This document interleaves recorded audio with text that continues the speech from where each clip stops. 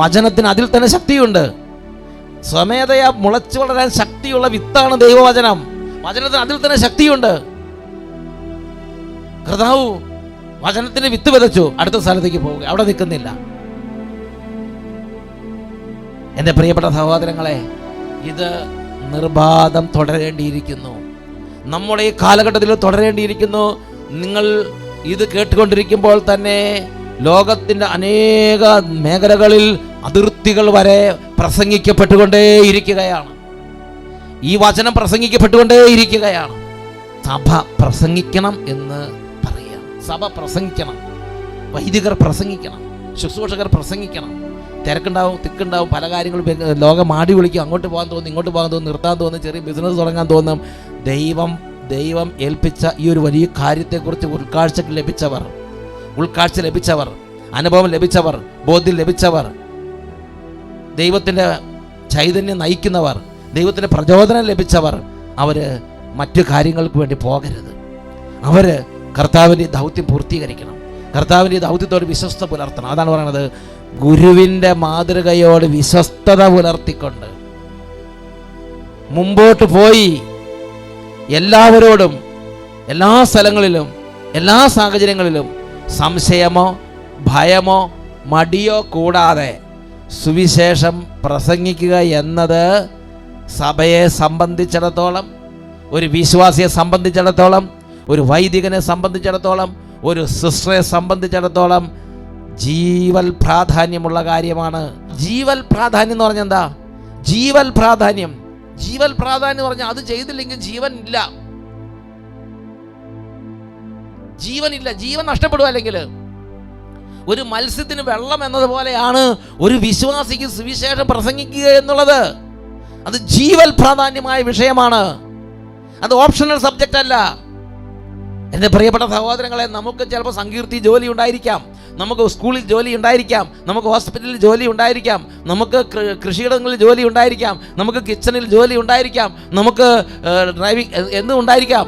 ആ ജോലി ദൈവത്തിൻ്റെ നല്ല കൃപയോടെ, നല്ല ശുദ്ധ നിയോഗത്തോടെ ആത്മാക്കളുടെ രക്ഷയ്ക്ക് കാഴ്ചവെക്കുന്ന ഒപ്പം തന്നെ അത് കഴിഞ്ഞ് നമുക്കൊരു 5 മിനിറ്റ് കിട്ടിയാൽ 5 മിനിറ്റ് നമ്മൾ പറയണം, സുവിശേഷം പറയണം. ഞാൻ ജോലി ചെയ്തല്ലോ, ഞാൻ കിച്ചണിൽ കർത്താവിന് വേണ്ടി വേല ചെയ്തല്ലോ, ഞാൻ സങ്കീർത്തിയിൽ കർത്താവിന് വേണ്ടി വേല ചെയ്തല്ലോ, ഞാൻ ഹോസ്പിറ്റലിൽ വേല ചെയ്തല്ലോ, ഞാൻ ബുക്ക് സ്റ്റോളിൽ വേല ചെയ്തല്ലോ, ഞാൻ പ്രസിൽ വേല ചെയ്തല്ലോ.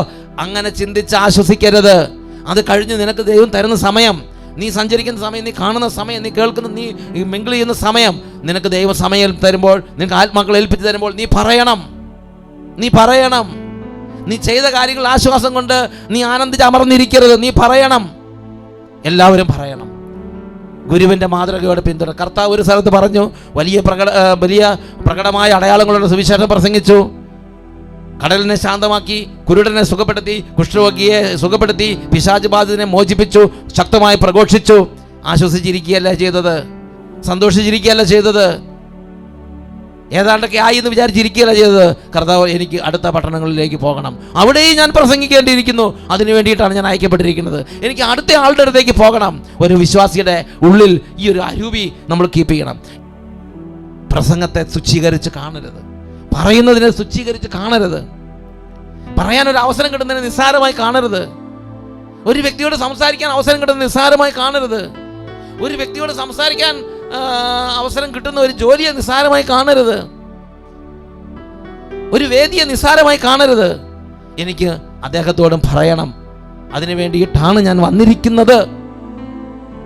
സുവിശേഷ സഭ അത് മാർപ്പാ പറയാണ്, ഗുരുവിൻ്റെ മാതൃകയോട് വിശ്വസ്തത പുലർത്തിക്കൊണ്ട് മുമ്പോട്ട് പോയി എല്ലാവരോടും, എല്ലാ സ്ഥലങ്ങളിലും, എല്ലാ സാഹചര്യങ്ങളിലും സംശയമോ ഭയമോ കൂടാതെ സുവിശേഷം പ്രസംഗിക്കുക എന്നത് ഒരു വിശ്വാസിയെ സംബന്ധിച്ച്, സഭയെ സംബന്ധിച്ച് ജീവൽ പ്രാധാന്യമുള്ള കാര്യമാണ്. സുവിശേഷത്തിൻ്റെ സന്തോഷം, സുവിശേഷത്തിൻ്റെ രക്ഷ എല്ലാ ജനങ്ങൾക്കും വേണ്ടിയുള്ളതാണ്. അത് നമ്മൾ മൂടി വെക്കരുത്, അത് നമ്മൾ അടച്ചു വെക്കരുത്. ആരെയും അതിൽ നിന്ന് ഒഴിവാക്കാൻ പാടില്ല. അതാണ് ബത്ലഹേമിൽ വെച്ച് ആട്ടിടയന്മാരോട് മാലാഖ പ്രഘോഷിച്ചത്. അതാണ് ബത്ലഹേമിൽ വെച്ച് ആട്ടിടയന്മാരോട് മാലാഖ പ്രഘോഷിച്ചത്. എന്താ മാലാഖ പറഞ്ഞത്? ഭയപ്പെടേണ്ട, ഇതാ സകല ജനത്തിന് വേണ്ടിയുള്ള വലിയ സന്തോഷത്തിന്റെ സദ്വാർത്ത. ഇത് സകല ജനത്തിന് വേണ്ടിയുള്ളതാണ്. രക്ഷയുടെ ഈ സദ്വാർത്ത സകല ജനത്തിന് വേണ്ടിയുള്ളതാണ്. ഈ സദ്വാർത്ത അത് നമ്മൾ പറയണം. അത് ആരോഗ്യമുള്ളവർ പറയണം, ആരോഗ്യമില്ലാത്തവർ പറയണം, പഠിപ്പുള്ളവർ പറയണം, പഠിപ്പില്ലാത്തവർ പറയണം. എല്ലാ എല്ലാ വിധത്തിലും എല്ലാവരും ഇത് പറയുന്നതിനെ കുറിച്ച് ബോധ്യമുള്ളവരാകണം. കേൾക്കുന്നതിനെ കുറിച്ച് ബോധ്യമുള്ളവരായിരിക്കണം.